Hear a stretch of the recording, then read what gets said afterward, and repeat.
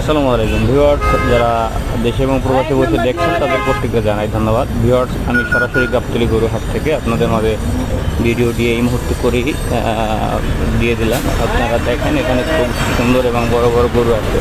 সময় সংকীর্ণতার কারণে আমি ভিতরে ঢুকতে পারিনি। মাশাআল্লাহ এখানে খুব ভালো ধরনের গরু আসছে, যেগুলো খুবই দেখতে সুন্দর চমৎকার। কোরবানির জন্য যারা নেবেন তারা অবশ্যই চলে আসতে পারেন। আশা করি ভালো গরু এখানে পাওয়া যাচ্ছে।